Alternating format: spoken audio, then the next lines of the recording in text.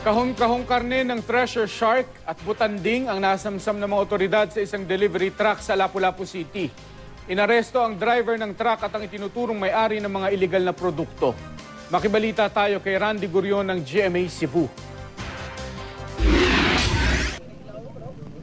Nakuha ang saku-sakong karning ito mula sa isang delivery truck na hinarang ng pulisya sa Lapu-Lapu City, Cebu.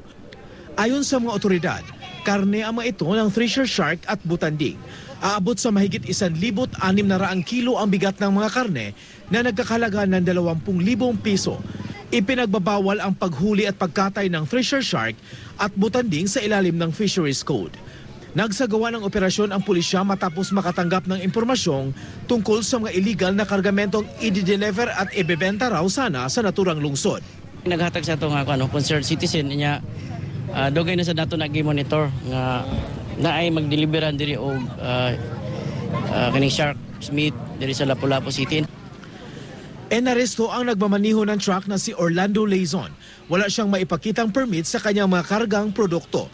Pero depensa ng driver, inarkilalang ang kanyang truck ng isang dayuhan at hindi raw niya alam na iligal ang mga ipinakarga sa kanyang mga produkto.